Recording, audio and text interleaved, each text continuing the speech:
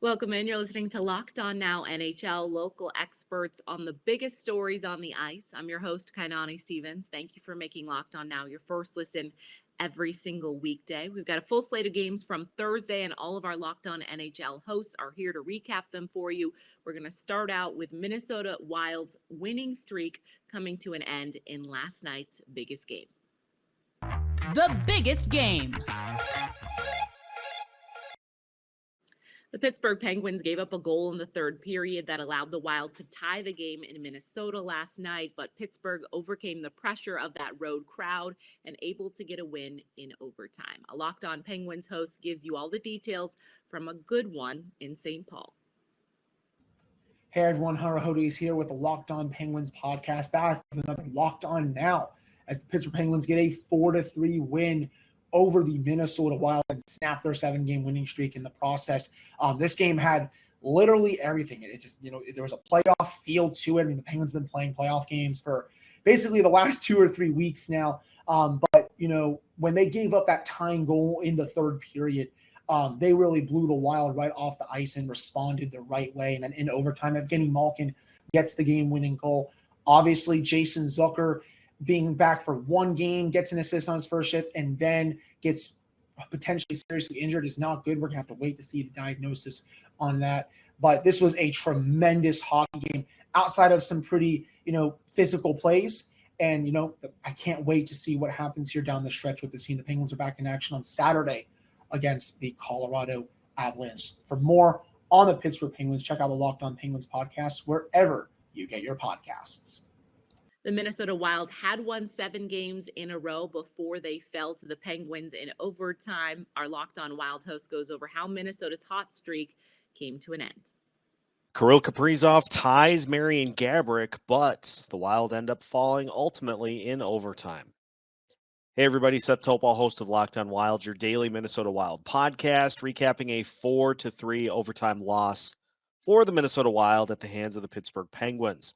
Wild fell behind 3-1 early in this game, but they were able to get back into it thanks to Kirill Kaprizov's 38th goal of the season and the game-tying goal at that. They also got a goal from Freddie Gaudreau, had a couple of goals waved off, including Jordan Greenway, with 2 of them called back, and the Wild able to salvage a point, send the game into overtime. But in the extra session, Evgeny Malkin, unassisted, able to push the Penguins to the win, and the Wild suffer their first overtime loss of the season. Kirill Kaprizov, his 38th goal, his 83rd point of the season, so he's now tied with Marian Gaborik for most points in a Minnesota Wild single season. He still needs 4 goals to reach the mark set by Gaborik for most goals in a season, and 50 assists, the most in a single season for the Minnesota Wild. So expect all of those records to be broken by the end of the year. Now, if you'll excuse me, I'm going to eat my feelings. And if you want to learn more on the Minnesota Wild, make sure to check out Locked On Wild wherever you listen to podcasts. The Boston Bruins honored a legend and got a win over the Devils, too. Locked On Bruins tells you how Boston impressed in front of Tuukka Rask. On a night where the Boston Bruins honored a recently retired Tuukka Rask, the winningest goalie in franchise history, it was the offense that did all the damage in a lopsided win over the New Jersey Devils. This is Ian McLaren, host of Locked On Boston Bruins, and it was a great rebound performance for the Bruins after a disappointing loss to the Toronto Maple Leafs on Tuesday. They came out, got production from all corners of the lineup, including a first career goal for local boy Mark McLaughlin in his NHL debut. Jake DeBrusk also had a fantastic game, scoring a goal of his own and setting up a Brad Marchand goal in a real show of mature growth in his game. The Bruins kept pace with the Toronto Maple Leafs and the Tampa Bay Lightning in the race for second place in the Atlantic Division. And again, congratulations to Tuukka Rask on a fantastic career. Hopefully he's back at some point for his jersey to be retired. Subscribe to Locked On Boston Bruins for all the latest on the black and gold here on the Locked On Podcast Network. The Islanders and the Blue Jackets went into the third period tied, but New York exploded for 3 goals in the third to put Columbus away. Locked On Islanders gives you the full recap.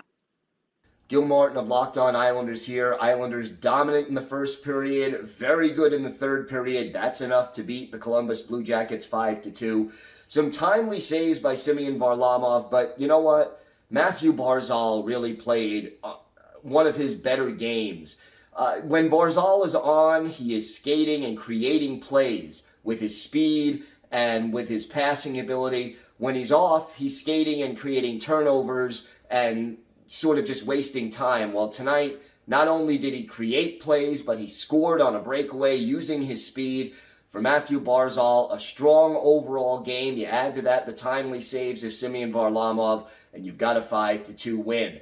Big weekend of games coming up. We'll preview those. For all that and more, listen to the Locked On Islanders podcast with me, Gil Martin, wherever you get podcasts. Coming up, the Predators shut out the Blackhawks and the Avalanche hold off the Sharks. This is Locked On Now NHL. This edition of Locked On Now is brought to you by Bet Online. It's the perfect place for all of your online gambling needs, especially now with the Final Four approaching. And of course, the NBA playoffs are right around the corner. It's not just basketball. They have all of your sports coverage for gambling needs. Just head over to betonline.net. Welcome back to Locked On Now NHL. I'm Kainani Stevens. Thank you for making Locked On Now your first listen every single weekday. Let's continue the recap of last night's action around the league. Go around the league. A historic season for the Florida Panthers kept going last night as they shut out the Blackhawks at home and set more records along the way. Locked On Panthers tells you everything you need to know from one of the best teams in hockey. It is record on records for this Florida Panthers team. What is up, guys? This is Armando Velez from the Locked On Florida Panthers podcast, and the Florida Panthers defeat the Chicago Blackhawks by a final score of 4-0 at FLA Live Arena.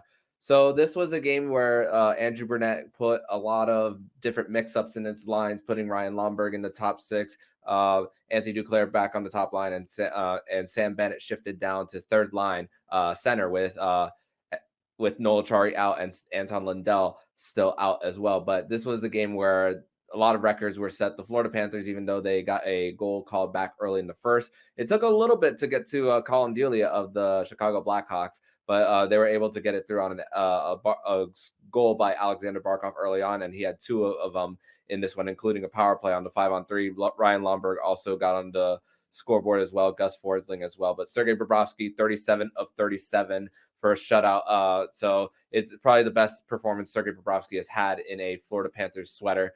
And Jonathan Huberdeau, he sets the record for most assists by a left winger in NHL history with 71. What an incredible season that Jonathan Huberdeau is having. And he's going to break the single season points record for the Florida Panthers. The Florida Panthers are a few points away from breaking their franchise record for points in a season. So they're one step closer to that. And also tonight, they clinched the most home wins in Florida Panthers history with 28 wins. Now, Sergei Bobrovsky has 21 of those 28 wins this season at FLA Live Arena. So to listen to my recap of this 4-0 win over the Chicago Blackhawks, make sure to listen to me and my guest host on Fridays, Nick Fairbanks, as we break down this 4-0 win against the Chicago Blackhawks. Our Locked On Blackhawks host isn't going to sugarcoat a 4-0 loss, but he did say Chicago played better than the final score might indicate. He tells you more post-game. The Chicago Blackhawks get shut out for the 7th time this season, losing 4-0 to the Florida Panthers. What's up, everyone? This is Jack Bushman from Locked On Blackhawks. Tonight, the Blackhawks actually put up a pretty respectable effort against one of the top teams in the entire NHL, one of the top-end Stanley Cup contenders in the Florida Panthers, but the final score really wouldn't suggest that it was all that close. But that was mostly due to the performance that Sergei Bobrovsky had in net for Florida. The Blackhawks had their opportunities to put the puck in the back of the net, but Bobrovsky was just robbing them on each and every chance. DeBrincat had multiple opportunities. Dylan Strome had some good looks. Jonathan Taves in his 1,000th NHL game. Quick congratulations to the captain for reaching another massive milestone in his terrific NHL career. But the Blackhawks, unfortunately, weren't able to pull out a victory for him. But it wasn't due to a lack of effort. They played pretty strong for the most part. They had a couple of mistakes, and Florida's a really good team that's going to make you pay when you have those. And for the Blackhawks, Colin Delia, in his second start since getting called back up from Rockford, another really solid outing. He stopped 40 of the 44 shots that he faced, back-to-back 40 save performances from Colin Delia. So all in all, it's kind of tough to be frustrated about this one. The Blackhawks played about as well as you could hope against such an elite team, but just wind up coming out on the wrong end of the final score, 4-0, but it was definitely not as lopsided as that score may suggest. For more thoughts on this game, plus a preview of tomorrow's matchup against the Tampa Bay Lightning, be sure to check out tomorrow's episode of Locked On Blackhawks, your team every day.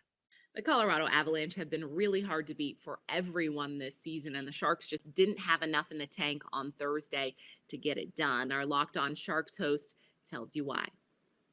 The Sharks just unable to keep up with the Avalanche. I'm JD Young of Locked On Sharks, and the Sharks fall 4-2 to the Colorado Avalanche. And a game where the Sharks actually hung in there with the Avalanche for a majority of the game. They was tied 1-1 after the first period, and then the Avalanche just did what they do best, and they put on the afterburners and just buried the Sharks, outshooting the Sharks 15-8 in the third period. Kaapo Kähkönen had a great night. He stopped 42 of 46 shots and faced 20 high danger chances in all situations. But the Sharks just show that they don't have the depth behind the top line to compete with these big teams, these top tier teams. So we'll have a full breakdown of tonight's game, talk about Kaapo Kähkönen and why he might be the answer for the Sharks in goals. So make sure you guys check us out at Locked On Sharks, wherever you get your podcasts. And of course, subscribe to us on YouTube as well. A wild game in Anaheim ended with the visiting Dallas Stars getting a victory in overtime. Locked On Stars and Ducks breaks down things post-game. The Dallas Stars find a way to win in what was one of the weirder games of this season. Hey, everyone. Dane Lewis here with the Locked On Stars podcast, coming to you after the Dallas Stars 3-2 overtime victory over the Anaheim Ducks at the Honda Center. Jamie Benn, the only forward to score a goal in this game. 4 goals from defensemen, 1 from Ryan Suter and Andrei Sekera for the Stars. Jamie Drysdale and Kevin Shattenkirk getting goals for the Ducks. And this was a messy game. Jake Ottinger played a really, really solid game between the pipes for the Stars, but let a weird puck bounce in. That's Jamie Drysdale's goal. It bounced off the inboards and eventually made it past his skate. And then Kevin Shattenkirk scoring and tying the game shortly after Andrei Sekera scored what probably should have been the game winner. The Ducks had a really good play, drawn up, had 3 guys in front of the net, screening Ottinger, and just overall a very chaotic game, but at the same time, one of the more dull and slow games that you'll see this season. And I guess that's what happens when we get these 9 o'clock starts here in Central Time. But nonetheless, what's important is that the Stars get 2 points out of this game, and they continue to jump back across that rope of the Western Conference wildcard spots with the Vegas Golden Knights. They've now exchanged spots with them again. And this is big. You know, we keep saying that the Stars have a handful of games in hand against these teams like Vegas that are competing for this wildcard spot, but that they have to win these games. And even when it doesn't look pretty or when it doesn't, and come from an ideal situation, the Stars are still finding ways to string together these wins against games they should be winning. I mean, looking at this matchup on paper, the Stars should have won both of these games against the Ducks, and they've done just that. Now they can shift all their focus on to the San Jose Sharks, which they will play on Saturday in the first game of a back-to-back. We'll be breaking down this episode in its entirety on Friday's episode of Locked On Stars on YouTube or wherever you get your podcast at. That's going to do it for this edition of Locked On Now NHL. Thank you so much for making Locked On Now your first listen every single weekday. Make sure you check out Locked On NHL and, of course, your team's Locked On podcast. I'm Kainani Stevens. This has been Locked On Now.